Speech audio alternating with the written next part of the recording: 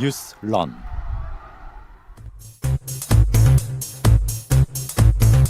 국민의힘이 원래 적반하장 후한무치 전문이긴 한데 김기현 대표 역시 가상자산 문제에 대한 언급을 보면 참으로 후한무치하다.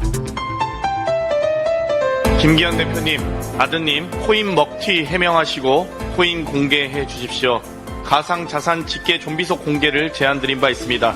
당시에는 아무 말씀 없으시다가 언론 보도 하나 나오자마자 발끈하시는 것을 보니 궁금해집니다. 가상자산 공개하라는 질문에 봉급받고 일하는 회사원일 뿐이라고 동문서답하지 마시고 코인 재산 공개 제안에 대한 답변부터 하시기 바랍니다.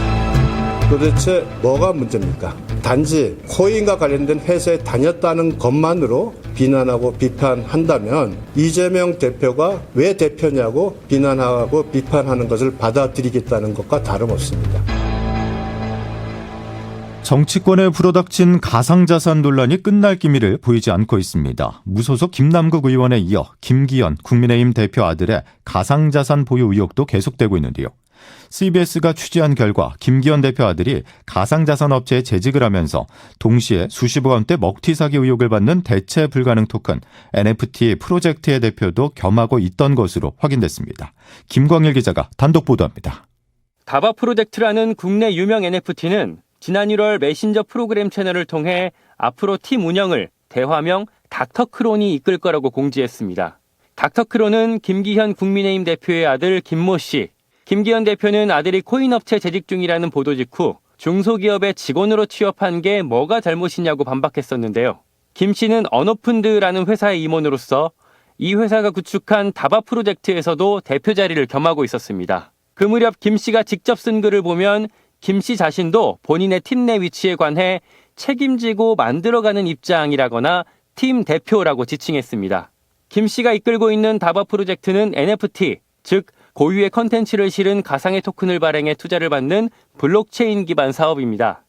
다바는 2021년 1만 개의 NFT를 발행해 총 25억 원의 투자를 유치했습니다.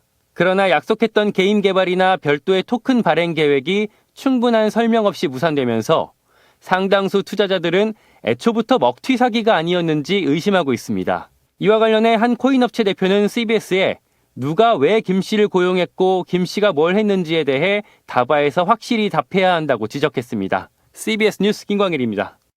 가상자산에 대한 여야의 공방전을 끝내기 위해서는 이번 달 말일에 시작하는 가상자산 전수조사에 국회의원들이 적극적으로 임하면 됩니다. 하지만 실효성에 대한 지적도 끊이지 않고 나오는데요. 무엇이 문제인지 최인수 기자가 설명해 드립니다. 이른바 김남국 방지법으로 불리는 국회법 개정에 따라 국회의원들은 이달 말까지 가상자산 보유 현황과 변동 내역을 등록해야 합니다. 하지만 본인만입니다. 배우자나 아들, 딸 등이 보유한 가상자산 등록은 다음 22대 국회부터입니다. 국회의원을 포함한 고위공직자 재산 등록 관련 법률에도 가상자산을 명시하도록 했지만 독립적으로 생계를 꾸리는 자녀는 고지를 거부할 수 있습니다. 국민의힘 김기현 대표는 이미 지난 3월 재산신고에서 이런 이유로 아들에 대한 고지를 거부했습니다. 민주당 박찬대 최고위원, 국민의힘 강민국 수석 대변인입니다. 자기 아들 의혹에는 나 몰라라 입을 다무는 내로남불의 전형입니다. 여당 김기현 대표에 대한 악질적인 의혹 제기에는 득달같이 달려드는 국회의원의 가상자산 보유 내역을 확인할 수 있는 또 다른 방법은 국민권익위원회의 전수조사입니다. 과거 부동산 전수조사 때처럼 국회가 이렇게 하자고 결의했는데 동의서를 내는 과정에 좀처럼 속도가 나지 않고 있습니다. 가상자산 특성상 해외거래소 자료는 확인이 어렵고 거래소가 아닌 외부 저장 장치에 코인을 보관했다면 사실상 조사도 불가능해 실효성 논란도 나옵니다. CBS 뉴스 최인수입니다. 보다 더 다양한 뉴스가 궁금하십니까? 출근길 오전 7시 CBS 라디오 표준 FM 김덕기의 아침 뉴스에서 확인하실 수 있습니다. 핵심만 담은 뉴스가 여러분을 기다립니다.